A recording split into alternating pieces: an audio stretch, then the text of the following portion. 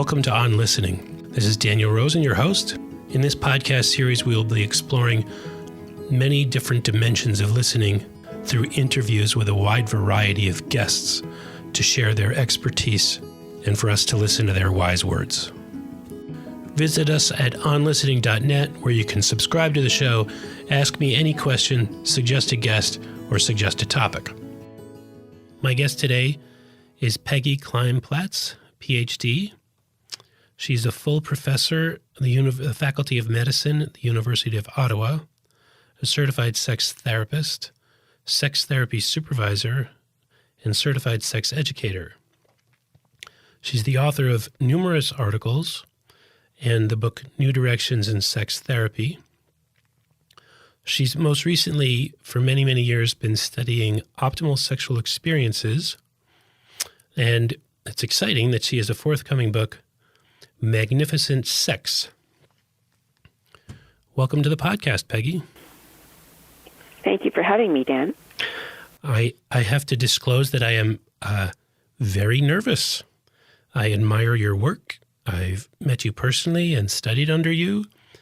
I've learned a tremendous amount, and I'm having that somatic experience of, I think they call it butterflies in the stomach or something like that. Ah, well then we're both on the same page. I'm nervous too. Oh. I admire your questions and the way that you think. Well, that's very touching. I love hearing that. I know Peggy through the American Association of Sex Educators, Counselors, and Therapists, where she's quite a well-respected clinician and researcher and educator, and most recently trained directly with her in studying older adults who are having optimal sexual experiences. And while we may touch on that today, the particular reason I was interested in Peggy for this recording is that the way Peggy and experiential psychotherapists in the field from Albert Marr, I think I got his name right, is listening is a little bit different, or certainly very intense kind of listening. And I got very curious about how Peggy listens and how this school of experiential, it's like experiential psychotherapy or psychology? It's experiential psychology in general and experiential psychotherapy, which was founded by Alvin R. Marr, and he would be horrified to have anybody call him anything other than Al. So Al Marr. Al Marr. Fantastic.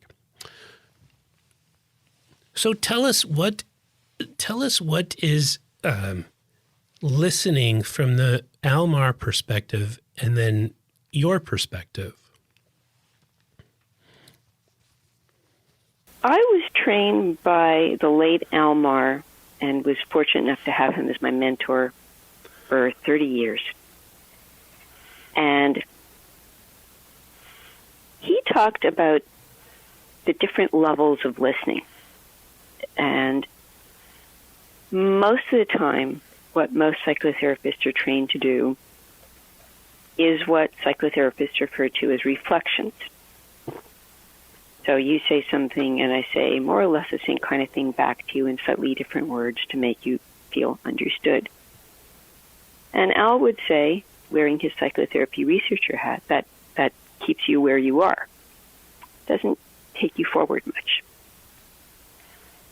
And the big question for psychotherapists and psychotherapy researchers is, how do you know that what you're hearing really is accurate? And so he talked about listening using 3 sets of data. One is, if I let myself really try to live in your world, what happens inside of me? 3 ways. What's happening in my body? So you describe having butterflies in your stomach, and I describe I have butterflies in my stomach. Cool. we're on the same page. But let's say you're describing a horrible headache with throbbing on the left side of your head in your temple. The question is, can I listen in such a way that I also get that same horrible headache with the throbbing on the left side of my temple? So one goal would be to listen to you so fully, so deeply, so empathically that I start to feel in my body what's happening in yours. And that's one kind of experiential listening. And sometimes I'll just be watching some thriller on TV. And exactly when Hitchcock planned, I can feel the hair standing up on the back of my neck. It's just the way Hitchcock planned it. I mean, he was that much of a mastermind. Or sometimes, you'll be with a really close friend who's describing some recent event and you start feeling yourself start to tear up. Those would all be examples of experiential listening, where you're so much swept up in the moment that's being conveyed to you that it's as if it's happening to you. I love that description of listening, and I think I mostly think of listening as auditory. And what I gather from you is that while sound waves may travel to my ears, the listening part happens in my body. One aspect of the listening is a growing sensation in my body that comes from what you've just told me. Is that right? Yeah, one way of listening to somebody is by paying attention to the sensations in your body as you let the other person's words come through you as if you're that person. You're so in tune with that other person. You're so attuned to the other person that you start feeling things in your body as if you're that person. So I love old movies. If I'm watching Hitchcock, who was a master of creating suspense, there are moments where, just as Hitchcock planned it, I feel the hairs standing up on the back of my neck. Right. And then I know that, yep, that psycho is just going to keep pounding that knife into Janet Leigh's naked body standing in the shower. And yeah, no one's ever going to want to walk into a shower again after watching that scene. You just feel yourself tense and contract, and every part of your body is responding in the moment, fully, even if it is a movie that was made in the 1950s. Okay, what's the next level of listening? The next way is by letting images come through you that are being described by the client. So your client is describing what it was like that day that he was at his father's funeral. And suddenly, as you're listening, there you are at that funeral. It's not your father's funeral, your father's alive. But it's the funeral of your client's father. And it's being described by the client just enough so that you start to get images. And you can see not just the rain coming down, but you can feel the sleet. You can hear the sound of the sleet hitting the saturated grass. And all your imagery is imagery that comes from your client. But because you're listening with complete openness, you can see those images even more vividly than your client is willing to, because it's so painful for the client. And what you bring to the experience is your willingness to welcome the pain.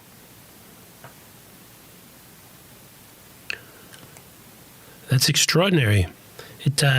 What I associate to it is it almost sounds like a hypnotic trance in some sense.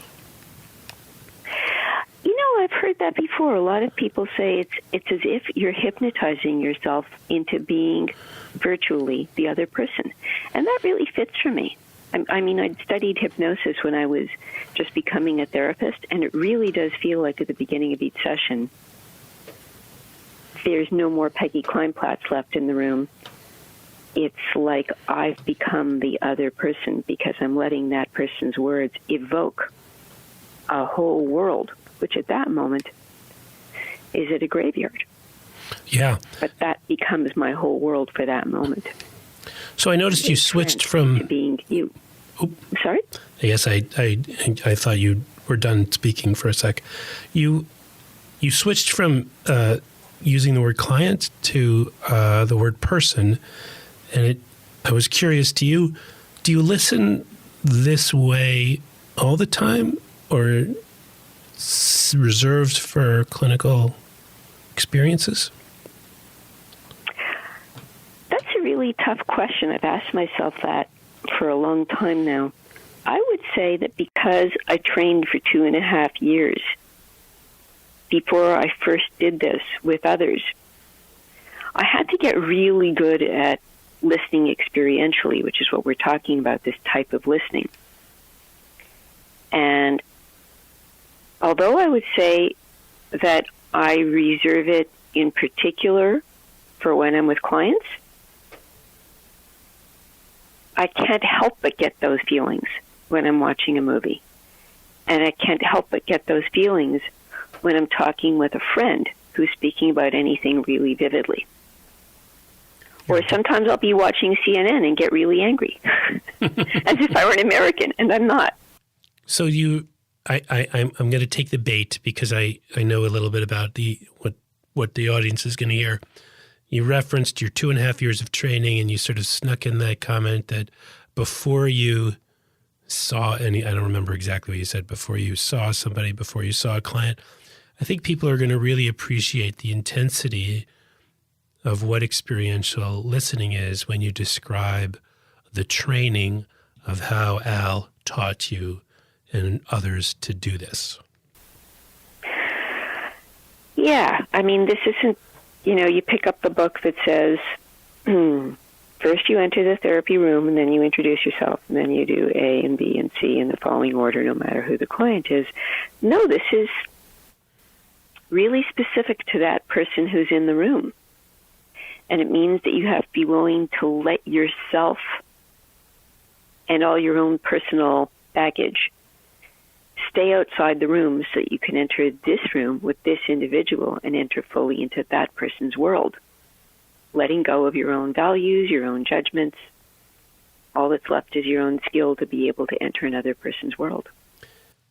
In a nuts and bolts kind of way, tell us what the rigor of the training actually was, at least at the beginning. It meant practicing the skills of experiential listening by listening to other people's tapes. Al Marr was not only the founder of experiential psychotherapy, he had the world's largest psychotherapy tape library. So if you could name any brilliant psychotherapist of the 20th century, he had their tapes. And we would listen to them over and over and over so that we could learn from what they did right and practice their skills. And eventually became expert listeners. That would be the first stage of our learning process. And that I would say was the hard part. Yeah, that was hundreds, if not thousands of hours before you ever were asked to sit with a client. Well, to be honest, I was the only person, I'm looking for the right word to describe myself. I'll be polite and say conscientious enough to spend 2.5 years before the first time I was with a client. Most people did it much, much sooner than I did. But I wanted to make sure I had it right before the first time I was ever with someone who's actually paying to spend time with me. So I practiced for 2.5 years. Most people didn't practice that long. I got my butterflies came back a little bit. I think this is part of the reason that it feels daunting to interview you, the idea that you honed this instrument you practiced. I mean, if we do, unfortunately, the psychotherapy is more akin to the practice of medicine, where it should be more like the practice of music, where we spend the bulk of our time practicing without clients, rather than rather than working with patients. And the daunting thing for me is the incredible amount of time you spent honing your instrument before you even played a note in public. It's really remarkable. Thank you. It reminds me of the sense of humility that I'm trying to bring to this project that I do bring. But of course, when you're the host recording, you want to have some sense of, I know what I'm doing. But mostly, it's a little bit threatening to think that is it true? Is it possible that I've thought I've been doing this thing that people call listening, and maybe I haven't really been doing it? I know I want to get hierarchical. Maybe I haven't been doing it well, but I certainly haven't been doing it in this fashion, which sounds really powerful. It is really powerful, and it's one reason why I would be reluctant to do it all the time, to return to your previous question. I don't know that everybody wants to have others listening to them at this level all the time. So I have spent so much time practicing at it that I'm pretty good at being able to do it when invited. But when I'm not invited, I'm generally not going to aim for that level of attunement in my ordinary conversations with people. But there are many different ways of listening. I mean, my understanding is that's part of what your show will be about. Yes. And one can be good at many different kinds of listening with different objectives in mind. The objective in practicing experiential psychotherapy really is to live in the other person's world. And that does require tuning into the other person's bodily sensations and images and feelings. That's number 3, right? Feelings is number 3. That's the third one. Feeling the emotions that the other person is feeling so intensely that they become your own for as long as you're living in that person's world. And of course, the neat thing is, at the end of the session, that person gets to keep his or her feelings, and you get to go back to being the person that you are at the end of the session. Well, people in the field talk about vicarious trauma, or holding on to things after they leave the office.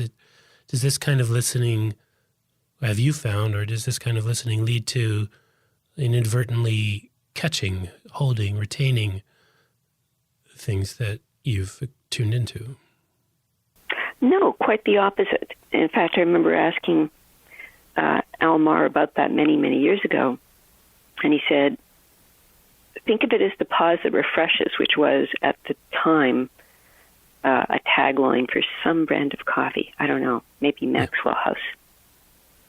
And because by the end of the session, the client has moved into a better space, and the session doesn't end until the client has made that shift, you too get to move into a better space, and that frees you up to letting go of where the client had been at the beginning of the session, filled with pain, to move on to a better space yourself by the end of the session. So both the therapist and the client have to have a sense of healing to finish the session successfully, for lack of a better word. Absolutely. And that's why our sessions don't run 55 minutes. They run until they're done, which is generally about an hour and a half.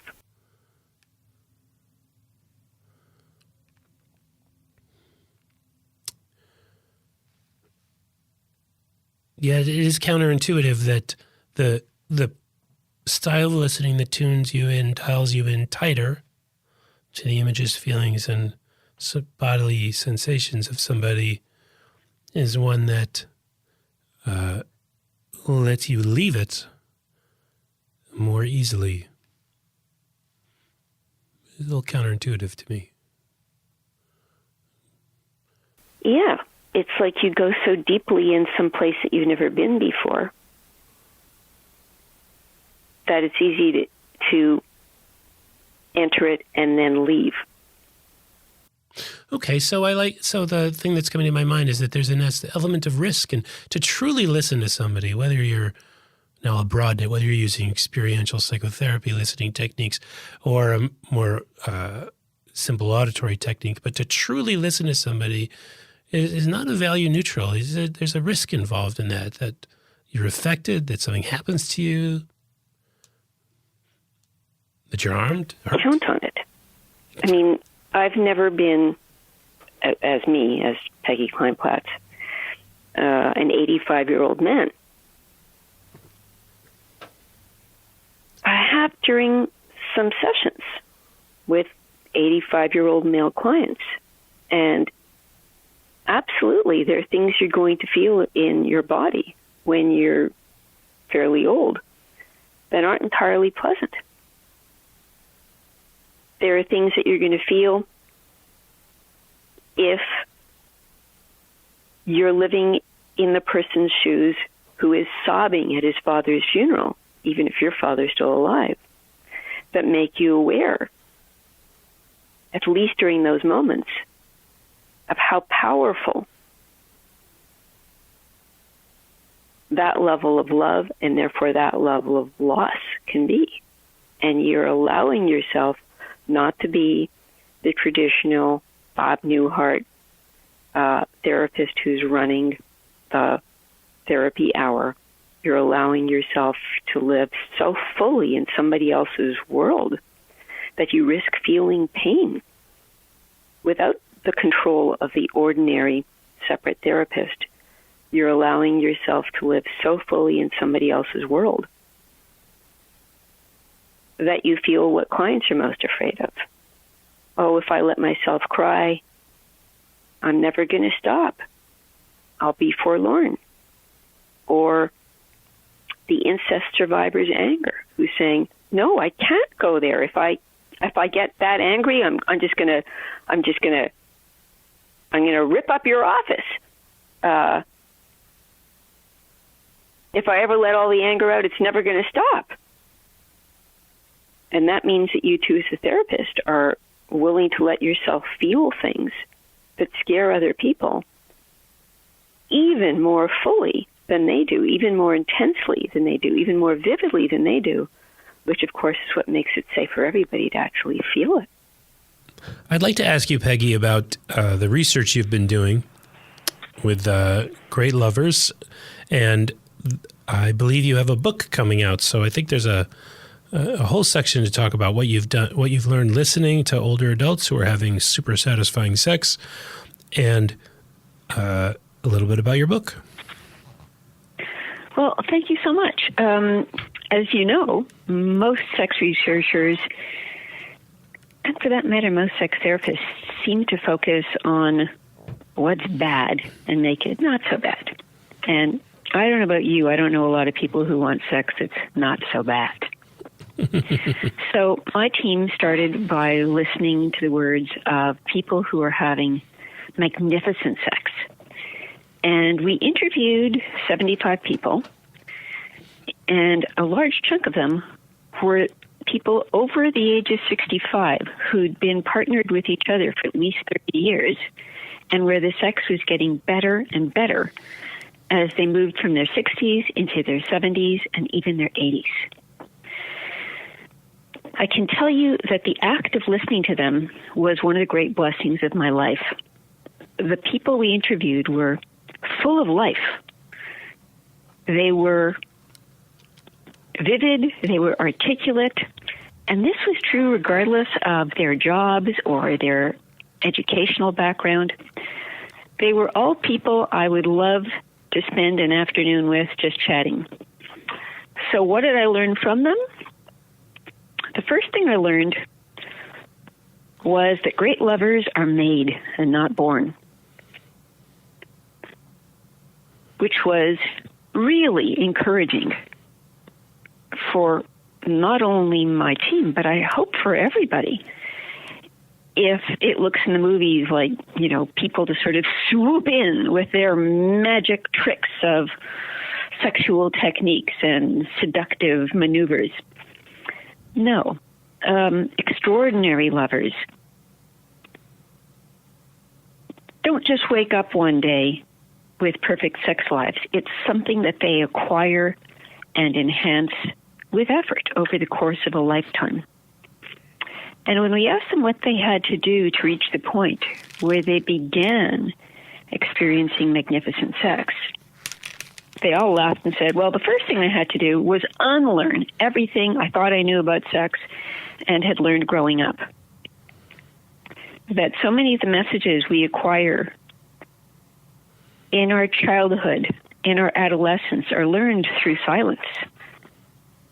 As a therapist, I'm sure you've noticed that when you take a history and you ask, what did your parents teach you about sex? People say, my parents never told me anything.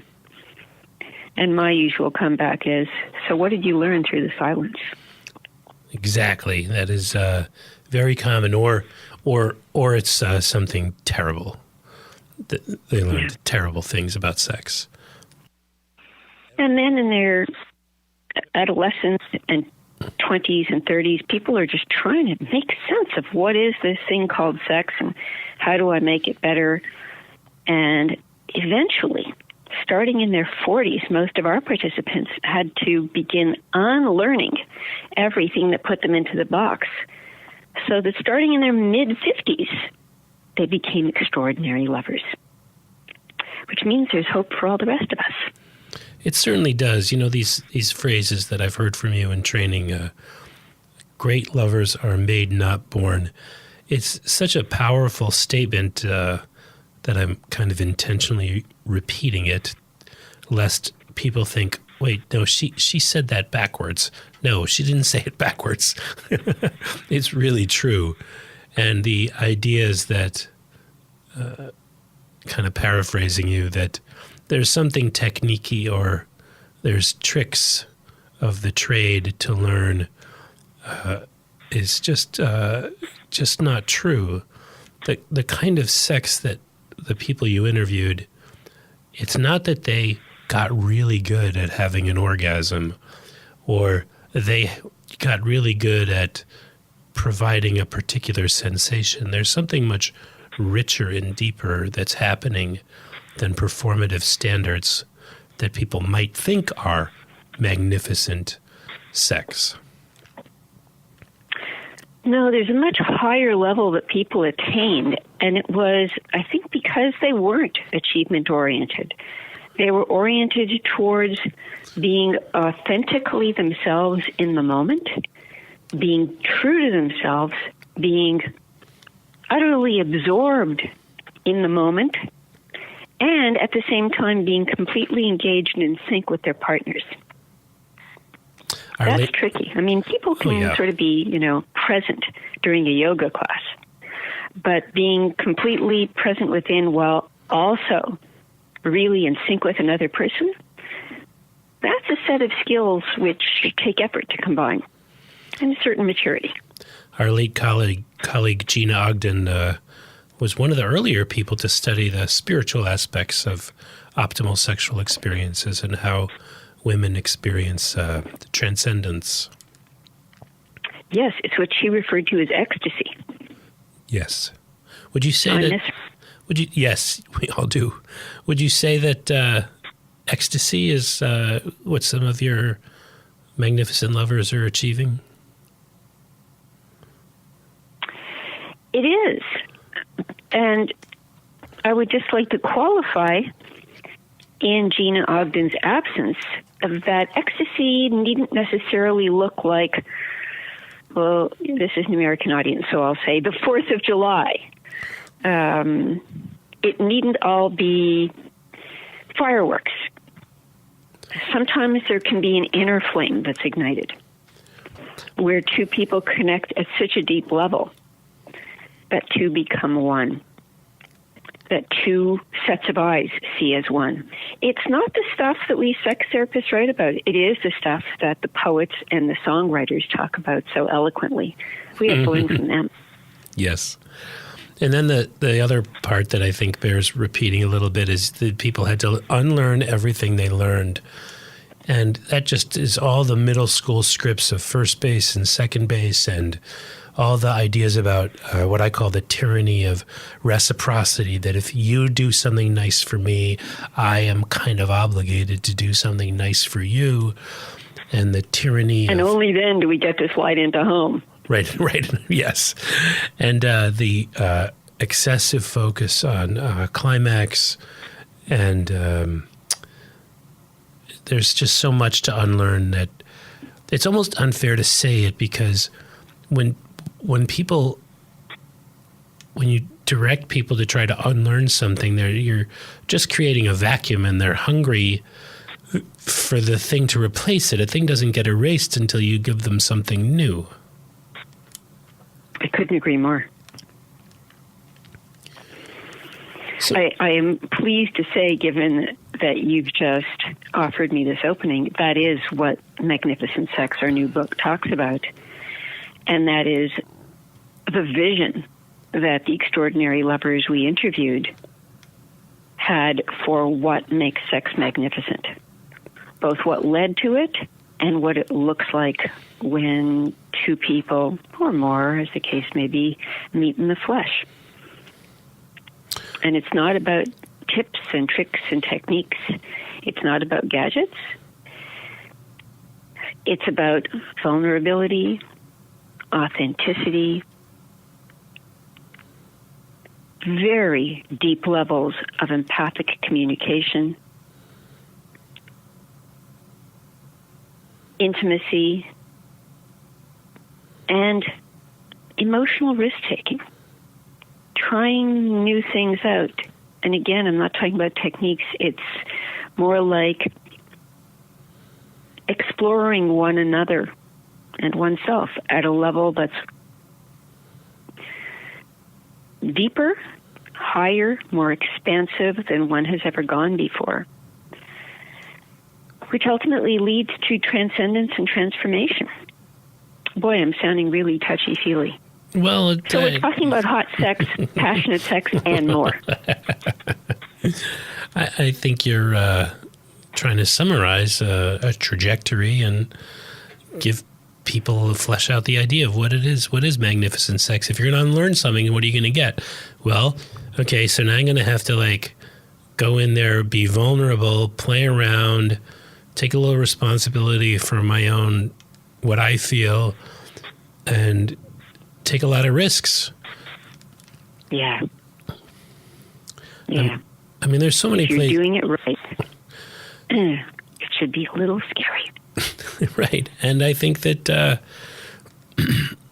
the fear is, I think, that if we start to really talk about this, then I'll be seen as the unaccomplished person that I might really be, and you might not want me anymore. There's always that risk. That, hey, life is short. I hope there's a hopeful side in that, though, that can we say the majority? I don't know if we can really do that, but that if people do sort of a curated process with either with a great coach or a great therapist, or they really listen to each other, is it safe to say that in the majority of cases it's going to work out if you take the plunge? I'm wary of saying the majority of anything, but I can say that when two people are willing to go on a limb together and to support each other as they explore deeper, higher, the risk seems to be rewarded.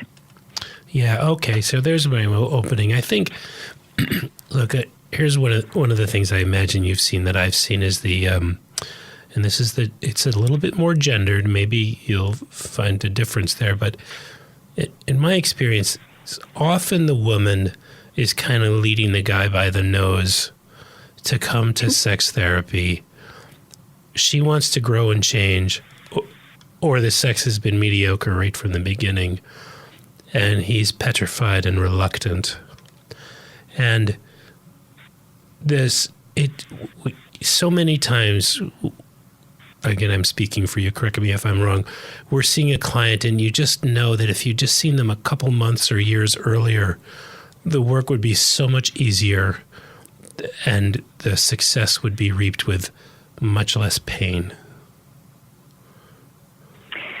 Well, you've said two things, and the second one I agree with very strongly. I mean, when patients walk into my office, they look so uncomfortable. It's horrible for them. So much so they've delayed coming to my office as long as possible, and they look so unhappy to be in my office. I've come to tell them, I know the number one person you never want to meet is the funeral director, but nobody wants to meet the sex therapist. It's a good line. But the first thing, so you're less sure about the gender dynamic there. Well, I haven't studied that empirically. Certainly when it comes to extraordinary lovers, there are no differences between men and women. Right. So when it comes to lousy sex, sure, I think all the stereotypes about men and women probably hold, but I can't even say that empirically because I haven't done that research. But when it comes to the highest level of erotic intimacy, no, there are no differences between men and women, the gay and straight, the consensually non-monogamous versus the monogamous, the able-bodied and the disabled. It's really cool. Once you're glowing in the dark, we all look alike.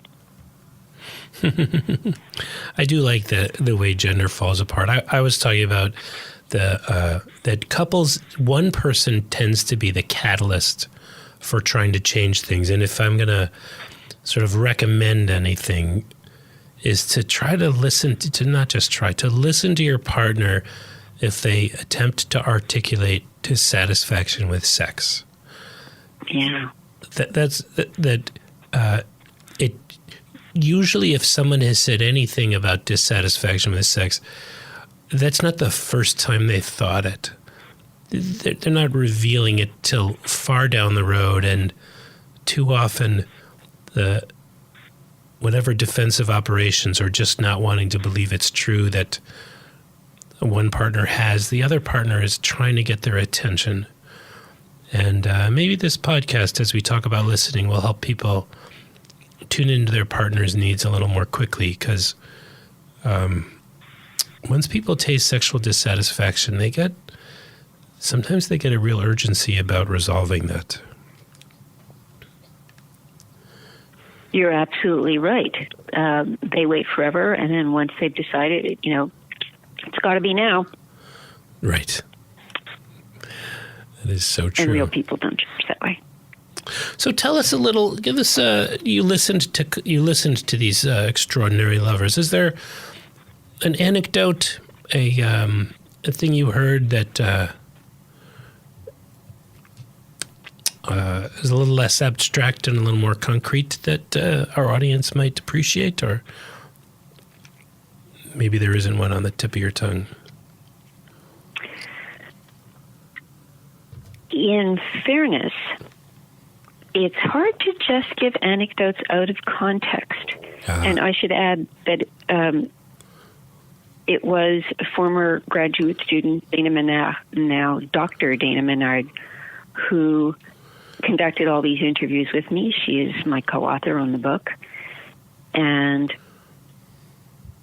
every one of the interviews was mind-blowing for each of us. Right. Well, we could, so I appreciate the comment about context as we try to explore listening. I think context is enormous. How does someone start to have a conversation about improving their sex life, or how does someone start to have a conversation about anything? And your point to context, you're saying, Dan, well, I need, that's going to take some time to build a context for that conversation. And I think that's really true. We can't expect people to listen carefully just out of the blue without a context. It's like, we're all a little bit like that 8-year-old who's watching TV and mom or dad is shouting from behind you, turn that off. It's time for dinner. We need some kind of preparation to receive something. And I talk about talking about talking. You want to have a conversation with your partner, you have to talk about talking before you actually try to start that conversation. Beautiful. I couldn't agree more.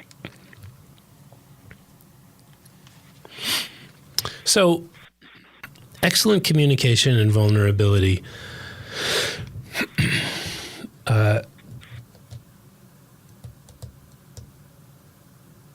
I think there's something, the listening, we listen inside to that, right?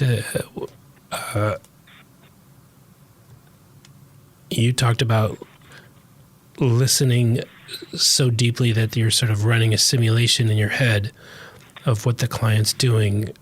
How do people listen to something that's very frightening inside without getting overwhelmed? One of the messages that we're hearing is that it's important to listen not just to words, but to listen with your body.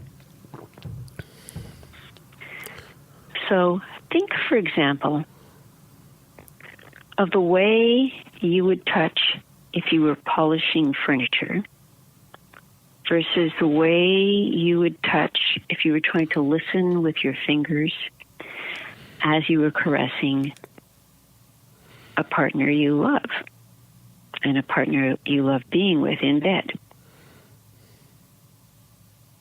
And correspondingly, think about the way your body stiffens when you're anticipating that the person walking into the room is your physician about to give you the flu shot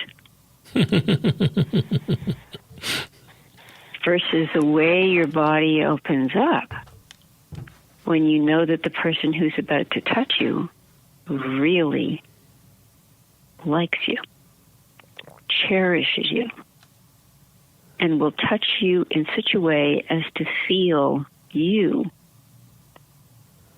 and not only your skin. That's beautiful. Touching all the ways so as to penetrate you metaphorically through touch. And very often we forget about that. We talk as if there are right ways to touch and right places to touch, and we look for spots on each other's bodies, erogenous zones. And the reality is that if you're touching so as to feel and allowing yourself to be felt so as to be touched, then there's a great deal of listening and learning to be done just through the act of touching and being felt.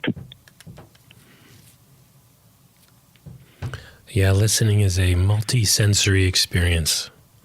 Absolutely. Those are just beautiful metaphors. So tell us, are we, this book, Magnificent Sex, do you know when it's being released? And is it just for therapists? Who's it for? This is my 5th book, but it's my first one that's intended for everybody. So it's being released on March 30th from Routledge. And I'm very excited to see how my colleagues will respond, but also how anybody will respond who wants to enhance sexuality. Well, thank you so much. It's a gift. I know this is a labor of love. It's how long have you been in this research? It's 15, 20 years, is it? This is 15 years that our research team, the Optimal Sexual Experience research team at the University of Ottawa, has been at this. But for me, to be honest, it confirms a lot of my understanding of sexuality through over 30 years as a sex therapist. It's going to be a great gift. I can't wait to read it. So thank you. Thank you, Peggy, for being a guest on the show, and thank you all for listening. And Peggy, you said it's an you made a comment, it's an American audience. Hey, listen, I now knight you, my Canadian recruiter. You do your best to bring more Canadians to the Listen podcast than your southern neighbors, and I'll be very, very happy. Count on it. Thank you so much for having me on. And that concludes another episode of On Listening. Again, I encourage you to visit our website, onlistening.net, and subscribe to the show. Send an email with a question, recommend a guest, recommend a topic, ask me a question. Be happy to respond. As always, or at least for now, On Listening is without commercials.